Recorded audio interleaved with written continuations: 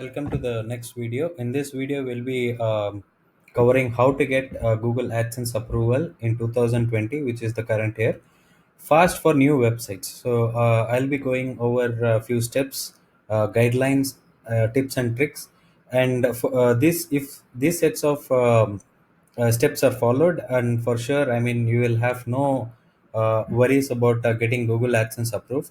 Um, and I see a lot of questions, a lot of comments coming for me. I mean, in various Facebook groups and also in my YouTube channel, that is it okay to pay somebody and get AdSense approved?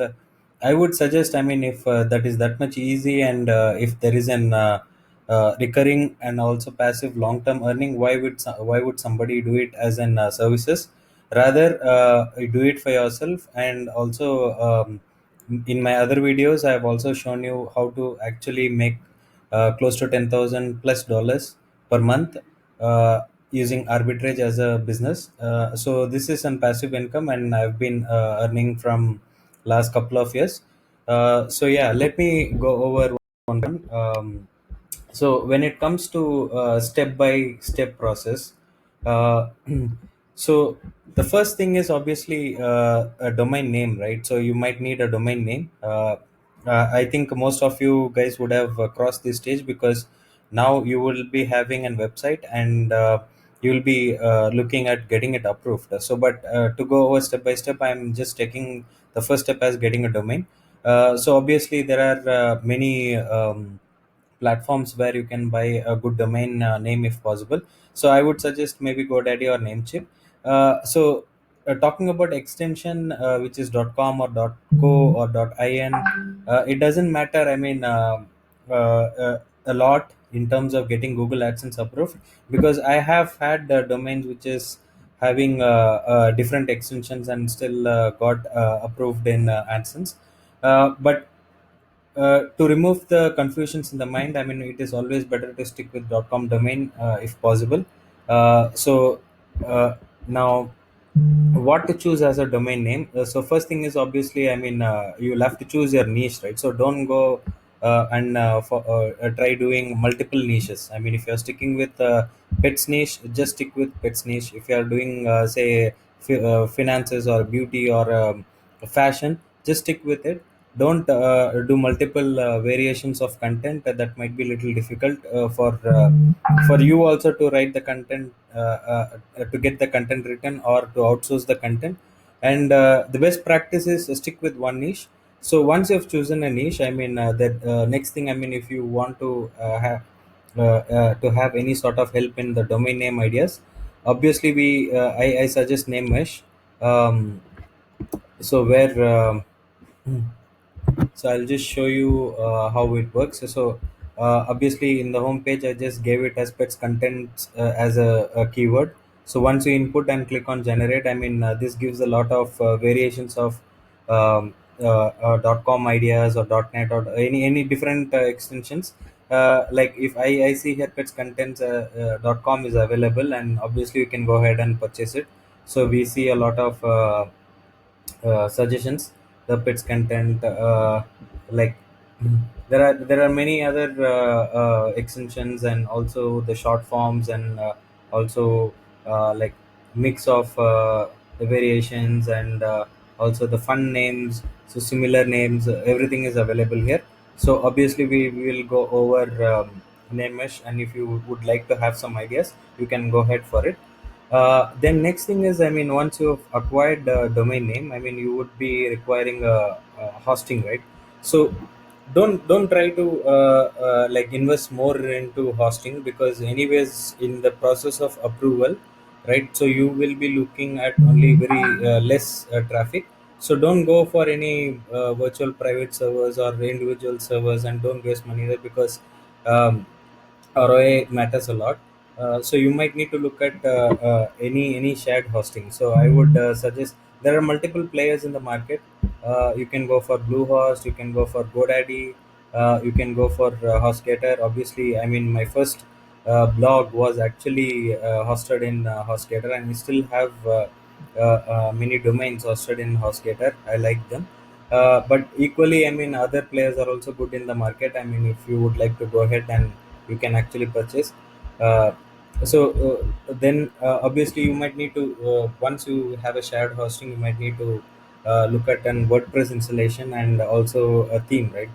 Um, so in themes, I mean, like any free themes, again, don't invest and don't waste your time here, because the front page doesn't matter. It's all about the content quality that Google gives weightage to.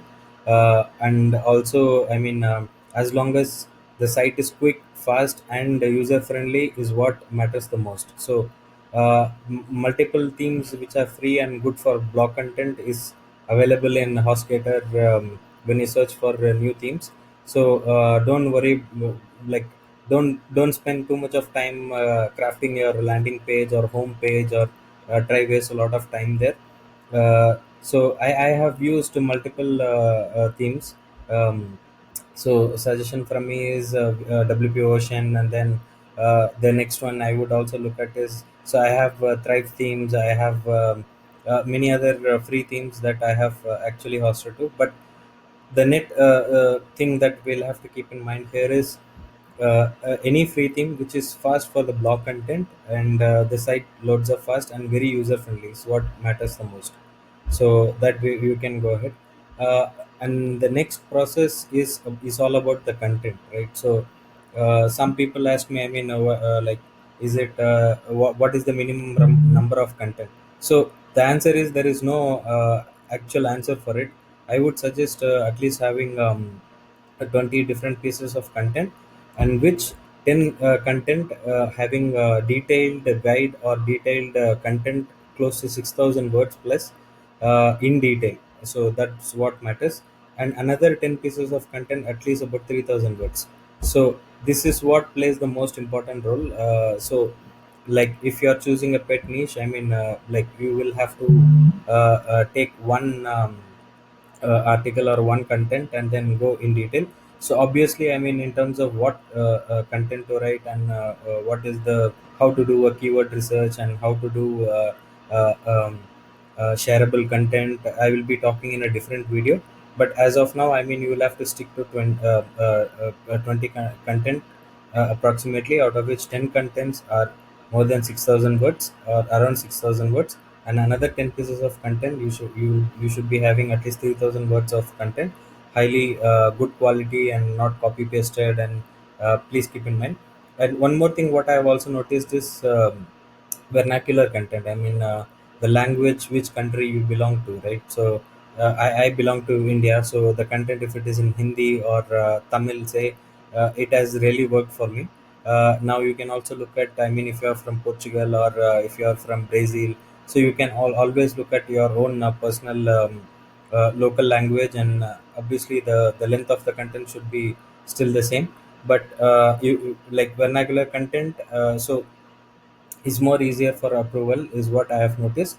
But not, I mean, this is not a mandate as such, but if it is possible, it is good enough. But don't take this as an the final word of mouth. So you can always, if you're not able to get vernacular content, but then go for, always you can go for English contents. And the just the quality of the content, the length of the content is what matters the most. And sixth one, which is the most important thing in here, is the legal pages, right? About us, contact us, and privacy policy, if possible, have terms of condition. So there are also enough plugins available to create this.